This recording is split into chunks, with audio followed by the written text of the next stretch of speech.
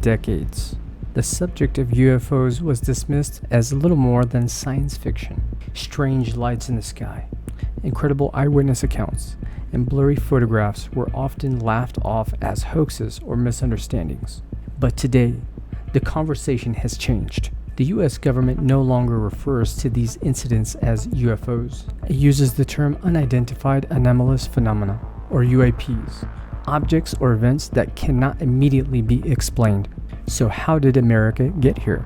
The modern story begins in 1947 when pilot Kenneth Arnold reported seeing 9 mysterious objects flying near Mount Rainier at extraordinary speeds. His description inspired the phrase flying saucers and ignited public fascination.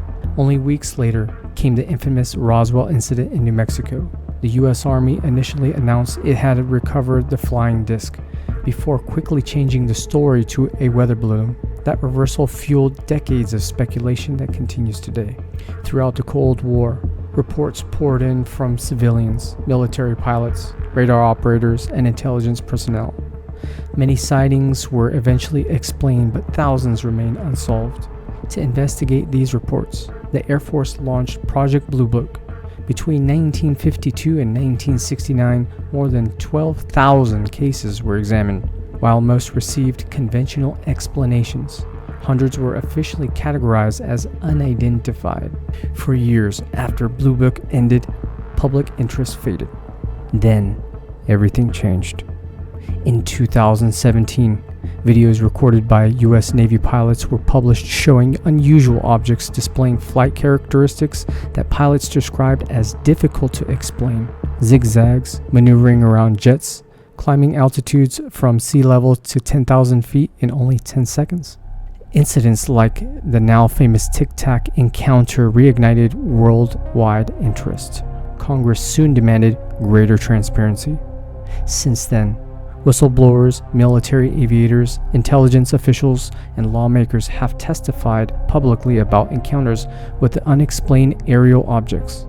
The Department of Defense, or now known as Department of War, also established the All-Domain Anomaly Resolution Office, or AARO, to collect and investigate reports.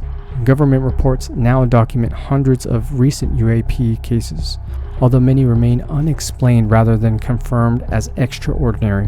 One of the most talked about developments surfaced during a congressional hearing in 2025. Representative Eric Burleson presented previously unseen footage that he said came from an MQ-9 Reaper drone operating off of the coast of Yemen on October 30th, 2024.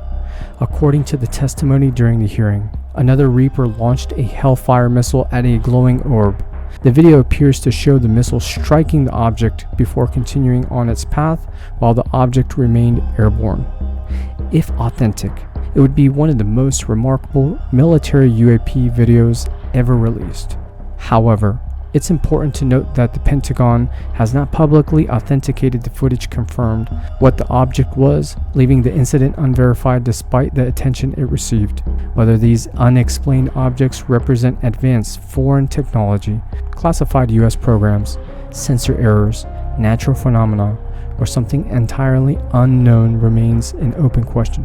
What is clear is that military leaders take unidentified objects in sensitive airspaces seriously. Any aircraft or object that cannot be identified near military operations has the potential to affect flight safety, intelligence gathering, or national defense planning. That's why the government continues investing time and resources into investigating these reports. After nearly 8 years, America still doesn't have all the answers.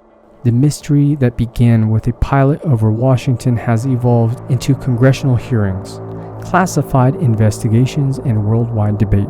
The bigger question remains the same.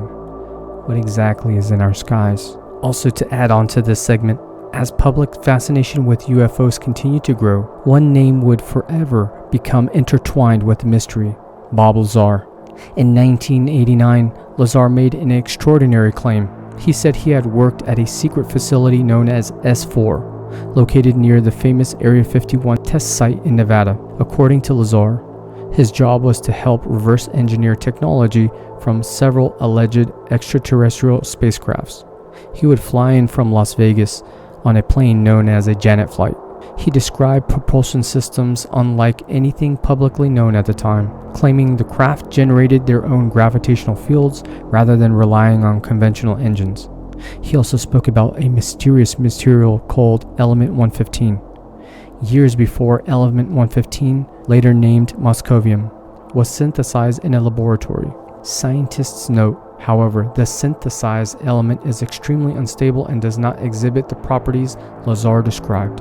Supporters believe Lazar was one of the first insiders willing to reveal what the government was hiding.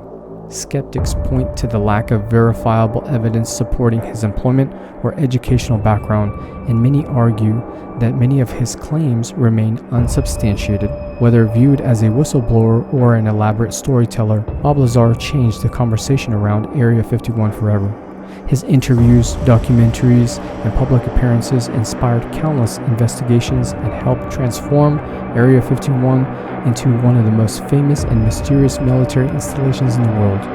Leading back to our original question, what is exactly in our skies? I don't know, but what I do know is whenever these alien saucers come into U.S. airspace, they get shot down and they get the ass whooped by America, huh?